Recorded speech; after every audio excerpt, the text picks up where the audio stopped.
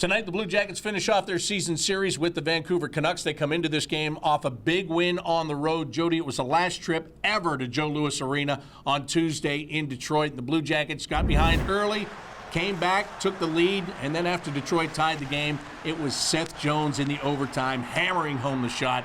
Blue Jackets get the win, and it was a much-needed win. You know what, Bob? It was so great to see that team walk into the Joe. There was emotion in that game. Jack Johnson, Zach Werenski grew up in the area, playing at Joe Louis as young boys, dreaming of playing in the National Hockey League.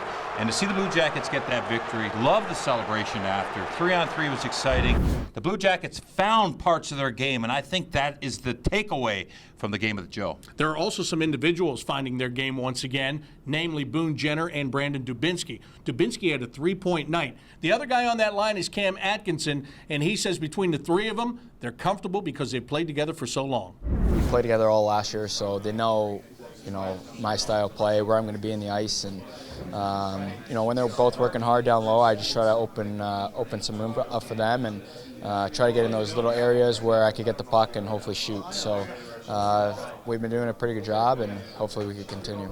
Cam Atkinson's career high is 27 goals on the season. He's sitting at 26, and I love the fact that that line is heating up. He's been hot all season long, but Jenner and Dubinsky, Jenner every shift, and Brandon Dubinsky now is scoring goals. Great sign for the Blue Jackets. It looks like they have just relaxed, and they're just playing to have fun almost. They know their role as a line. I think Boone on the forecheck, Dubinsky can read off him.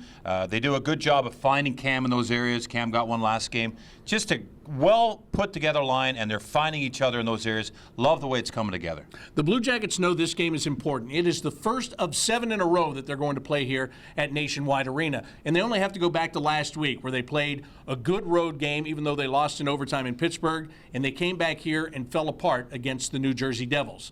Forward Josh Anderson says they can't let that happen tonight. No, definitely not. I mean, we're lucky enough to be at home right now for a good amount of games here, and we want to, set a good pace. Play a full 60-minute hockey game tonight, and come out hard and set the pace in the first period. Anderson will play tonight after being pulled from the game in Detroit by the doctors. That's a great sign for the Blue Jackets. This line, I thought, really stabilized the game. In Detroit, things got started the wrong way for the Blue Jackets. Calvert, Carlson, and this big man, Anderson, got out there, settled things down. They do things the right way every shift, and good to see them getting results.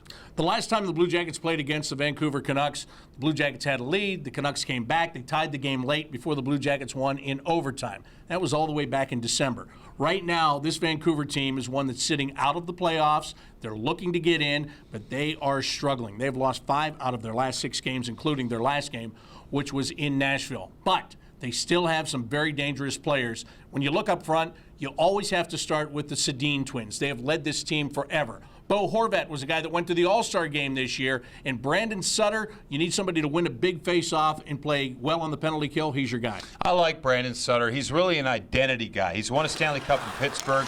He's clutch in that face-off dot, as you said. And he's a leader on this team. It's a young team. It's going through a little bit of transition. But this guy is important to them. Horvat, I like the way this guy plays. Heavy player, skilled player, high-end prospect for the Canucks, and he makes an impact every single game. Watch his speed. He's got an excellent shot down the wing. And these two guys, I talk about transition, they're still the same. The Henrik and Daniel Sedin. Henrik just got his 1,000th National Hockey League point. That means his brother's not too far behind. They both have 11 goals on the season, of course, not a coincidence. Uncanny knack of finding each other. They're twins. We don't know, we don't understand how well they're connected, but on the ice it shows, and you can see just from their picture. It looks like telepathy when they are on the ice. Yeah, it's amazing. They don't look at each other. They put the puck into an area, and you think, where's he going with that? And the other guy's right there to bang it home. And they work so hard, and it's fun to watch them out there. It's an interesting dynamic for sure. The Blue Jackets have got to watch those two guys tonight. I think I know what you're thinking right now. Yeah. You're thinking wrap Not it a up. chance. You're thinking wrap it up. That's what we're going to do. So that'll do it for tonight's Rink Report. For Jody Shelley, I'm Bob McElligott. Enjoy the game.